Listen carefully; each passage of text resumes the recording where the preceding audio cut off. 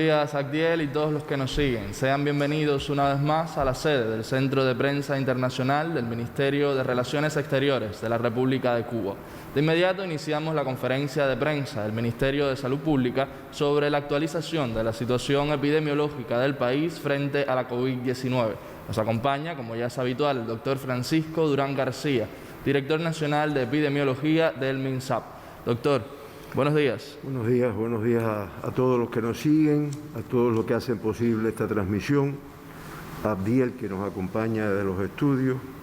Bueno, queríamos comenzar la conferencia expresando la satisfacción del pueblo cubano con el arribo ayer, sano, sin ninguna complicación, después de haber hecho una encomiable labor en la región de Lombardía, en Italia, de los 52 cooperantes que se mantuvieron en este país y que, como dijimos en el día de ayer, pues fueron en el momento que esta región era la de mayor transmisión y la que tenía la letalidad más alta. Nuestro reconocimiento, que es el del pueblo, el que hizo el presidente en el recibimiento en el día de ayer, y que esperamos que pronto los tengamos con nosotros incorporado a sus actividades. Muchas gracias por la labor realizada y bienvenidos a la patria. Hoy, como regalo a este recibimiento, bueno, pues tenemos que expresar que ya son 10 días en el cual en nuestro país no se produce ningún fallecimiento por la COVID-19, lo cual expresa todo lo que siempre decimos: las acciones preventivas, el ingreso oportuno, la conducta terapéutica que se sigue después que ingresa, y que en definitiva, a pesar de haber diagnosticado un número de casos, a pesar de tener un número de personas con la enfermedad ingresada, sin embargo no hemos tenido ningún fallecido. No obstante, en los hospitales de nuestro país se encuentran ingresadas 515 personas, en vigilancia 12, sospechosos 263 y confirmados 240. Nuestros profesionales especialistas vigilan en la atención primaria de salud 607 personas.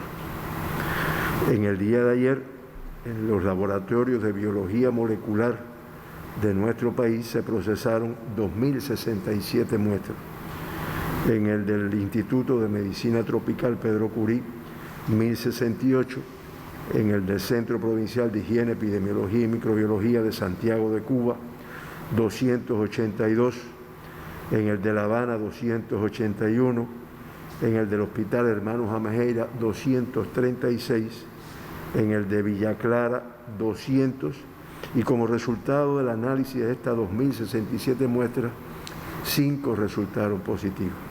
Eso da un 0,24% de reactividad o de positividad de las muestras estudiadas. De esta forma, ya en Cuba se han estudiado 122.603 muestras de personas que se ha sospechado la enfermedad, y de ellas 2.205 han sido positivas, el 1,8% de las muestras analizadas. Los 5 casos confirmados, todos son cubanos. Eso es lo que nos ha estado ocurriendo en los últimos días. De ellos, 4 son contactos de casos confirmados, acumulándose 1.941, el 89,6% de los casos estudiados en Cuba, pues son contactos de casos confirmados, 1 con fuente de infección en el extranjero, para un total de 157 que tienen fuente de infección en el extranjero, y no tuvimos ninguno en el cual no se precisara la fuente de infección. No obstante, acumulamos 66 en los cuales se sigue buscando la fuente de infección. Muchas veces nos dicen, no, si es que no están entrando extranjeros.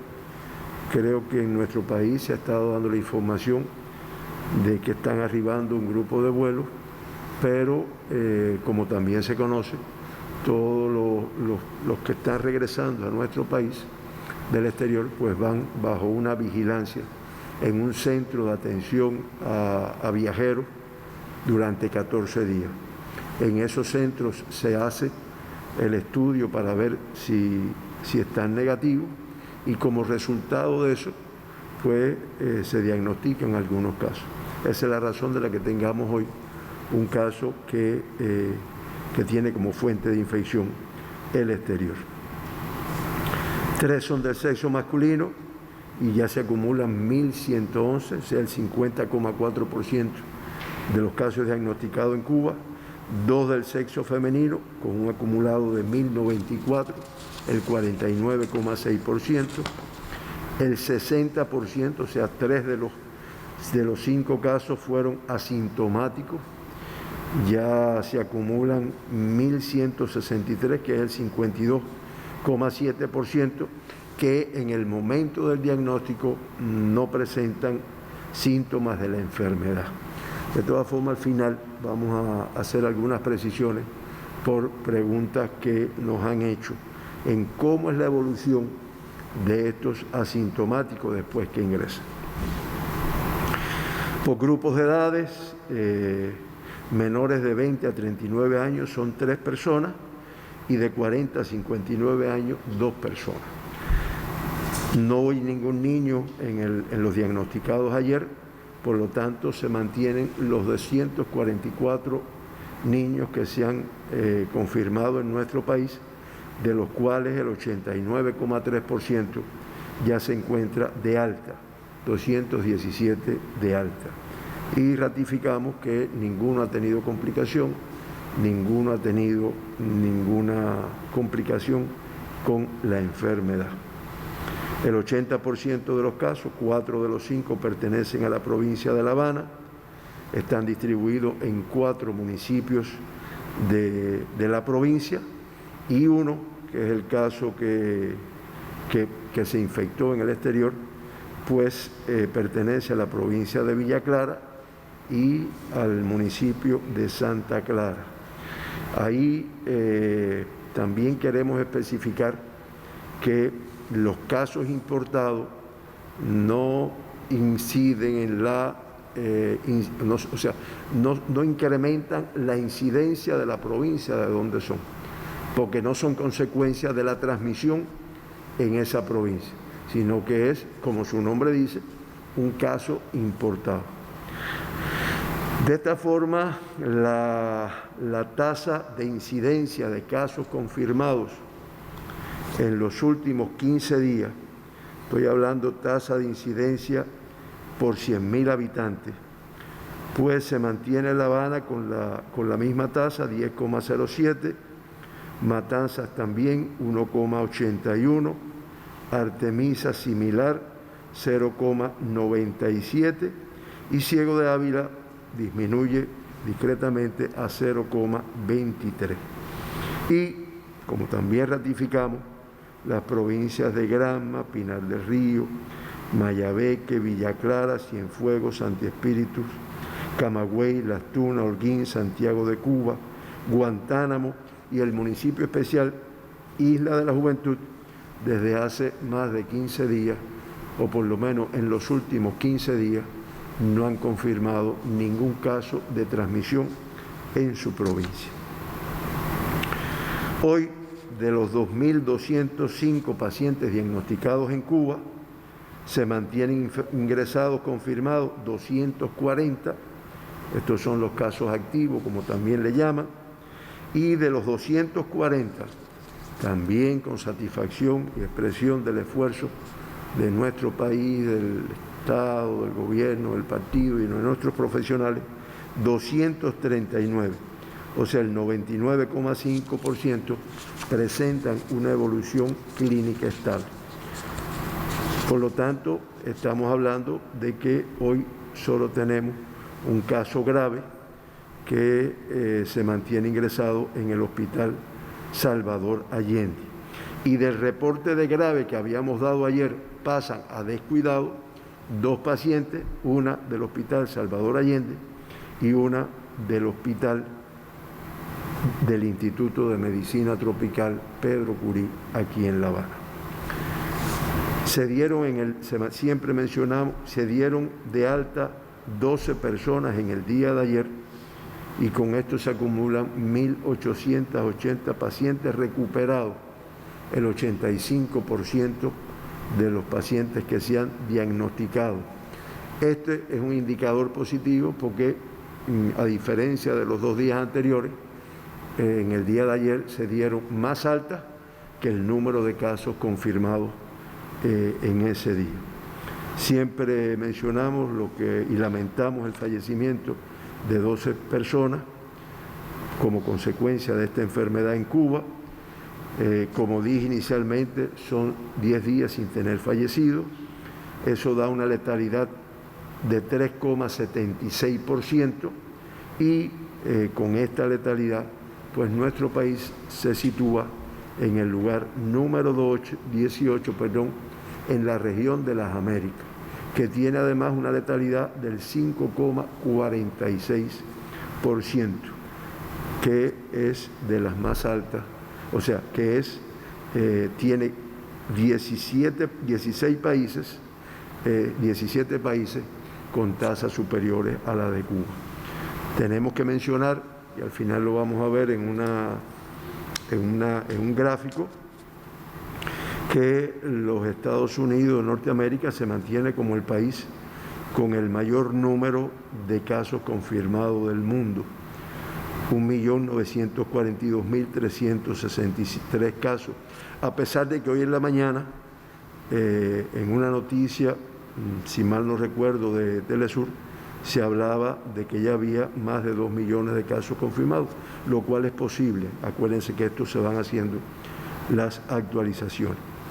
Le sigue Brasil con 672.846 casos confirmados, Perú con la llamativa cifra de 196.515, Chile con 134.150 y México con 117.103 casos confirmados. De ahí para abajo, los demás países, pues con un número de casos inferior. Así, hasta las 12 de la noche de ayer, en el mundo se mantienen 185 países con casos confirmados de COVID-19. La cifra de casos confirmados asciende a 6.960.259 casos confirmados, o sea, 124.536 casos más que en el día de ayer. 124.536 personas en el mundo se confirmaron con la COVID-19 en el día de ayer. Y 3.335 fallecieron como consecuencia de esta enfermedad, acumulándose un total de 401.970 fallecidos, que representan una letalidad de 5,78%. La región de las Américas, pues ya reporta 3.349.334 casos confirmados. Solamente en el día de ayer se diagnosticaron 69.202 personas, cifra elevada a pesar del tiempo de evolución de esta pandemia. La región de las Américas representa en el mundo el 48,12% del total de casos reportados y en un solo día pues fallecieron en nuestra región 2.227 personas, con lo cual ya se acumulan 183.030 fallecidos y una letalidad de 5,46%, como dije anteriormente. No sé si será posible proyectar ahora un gráfico en el cual se aprecia la dinámica de la enfermedad, que tiene una leyenda adelante con los países que más... Ahí está, muchas gracias. ¿No? Ahí, fíjense, este es un gráfico que expresa la dinámica de la pandemia desde el 30 de diciembre, es la primera fecha que aparece allí, y el corte hasta el 1 de junio. Y lo interesante es cómo va cambiando, ¿no? La parte roja, que como ustedes ven era la mayor al principio, eso representa a Europa. Y la parte amarilla que está en la superior, pues es América.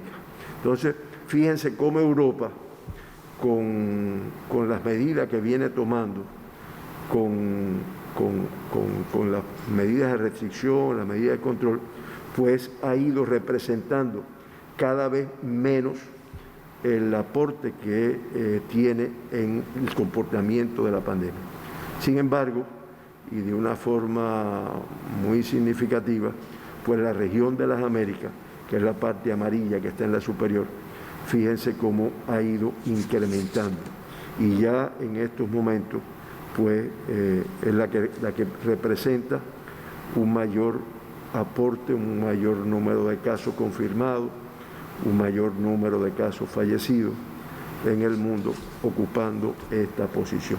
Es solamente para ver la dinámica de la enfermedad en primer lugar y para recordar, como siempre decimos, que es un problema que aunque en nuestro país tengamos algunas cifras que no les negamos que nos reconfortan y lo que hacen es estimularnos para seguir trabajando más y para seguir tomando las medidas. Sin embargo, no es el comportamiento que está teniendo la pandemia en otros lugares del mundo y sobre todo en nuestra región, que es la región de las Américas. Hasta aquí, Héctor, la información que yo tenía. Y bueno, escucho las interrogantes que puedan existir. Doctor, comenzamos entonces la ronda de preguntas. Primera pregunta, revista Bienvenidos, España, y dice lo siguiente: ¿qué % de las personas que resultan positivas a la COVID-19 siendo asintomáticas se mantienen en esta condición hasta su cura definitiva? ¿Es frecuente que algunos de estos pacientes asintomáticos alcancen un estado crítico o de gravedad? Sí, mira, eso lo han preguntado, después tú me hablaste de otra pregunta más que también insisten en este tema, porque bueno, es importante, ¿no? Siempre todos los días decimos el número de personas que en el momento del diagnóstico han sido asintomáticas, que incluso siempre reiteramos que días antes de comenzar con los síntomas ya transmiten la enfermedad. Y bueno, se pregunta, bueno, ¿y qué pasa después? Y en un corte que se hizo en el mes de mayo, eso se va haciendo diferentes cortes, ahora corresponde hacer el del mes de junio, a mediados de junio, pues de los casos confirmados, que en aquel momento eran de un 48%, que eran asintomáticos, o sea, el 48% de los casos diagnosticados en aquel momento eran asintomáticos.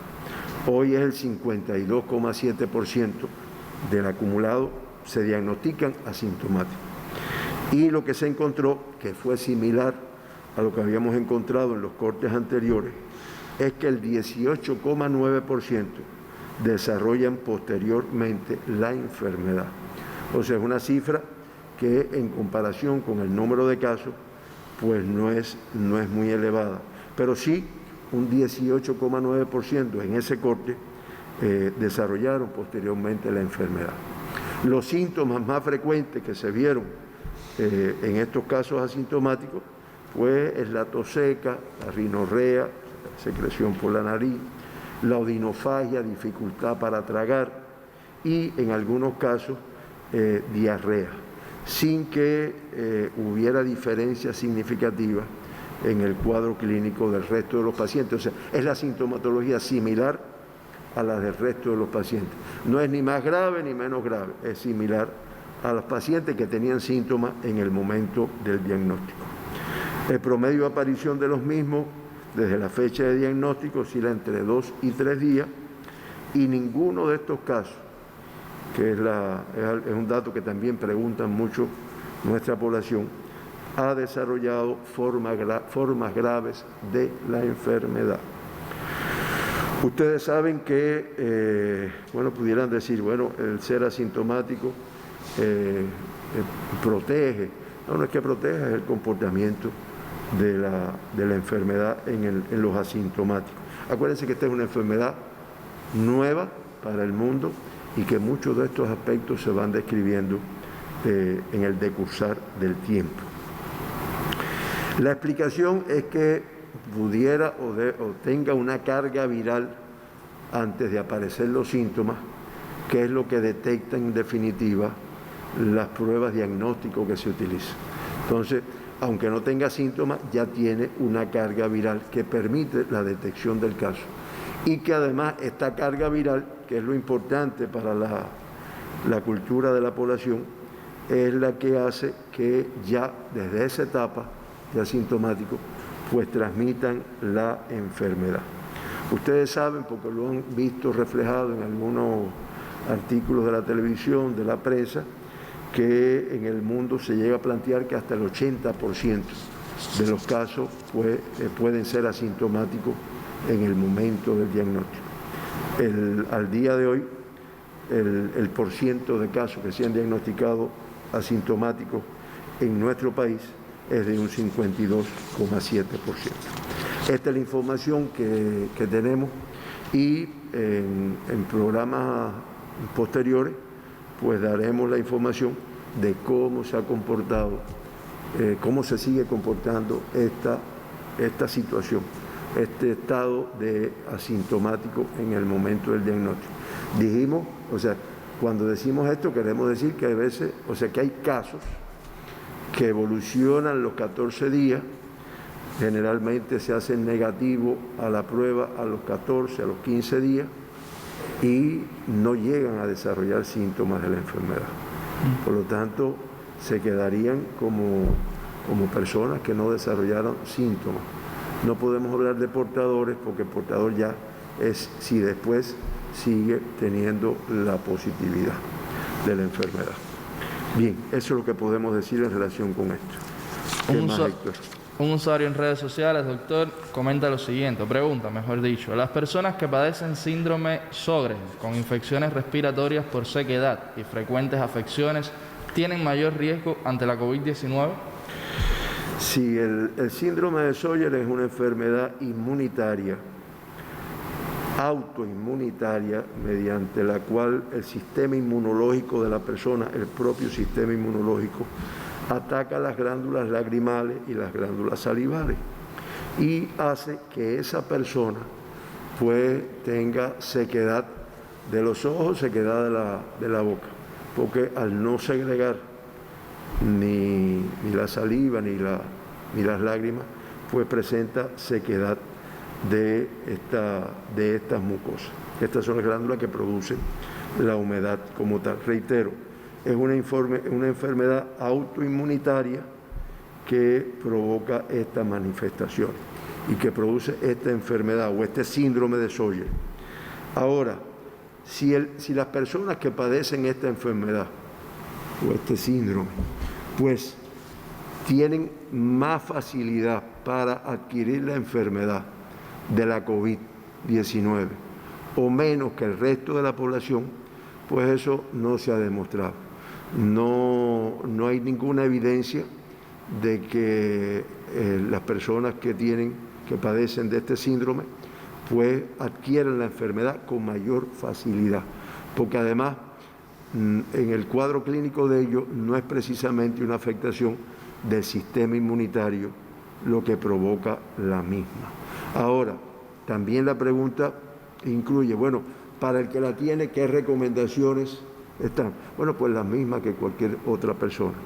Sobre todo el distanciamiento, el uso del nasobuco, el uso del lavado de las manos frecuente y los desinfectantes, el no restregarse ni los ojos ni ninguna de las mucosas con las manos sin una previa desinfección. Y bueno, realmente son las cosas que se aconsejan. Reitero, lo mismo que se aconseja para el resto de la población, porque además hasta el día de hoy, y siempre lo menciono porque puede que después aparezcan nuevas cosas, hasta el día de hoy no se ha demostrado que las personas que tienen este síndrome sean más propensos o tengan que aplicar alguna medida específica para su protección, las mismas. la limitación de salida, el distanciamiento, el lavado de las manos, la utilización de desinfectantes, lo mismo que cualquier persona debe de cumplimentar. No sé, Héctor, si queda algo más. Terminamos así la ronda de preguntas, doctor. Bueno, muy agradecido a todas las personas que nos siguen, que nos acompañan y que escuchan atentamente nuestra información.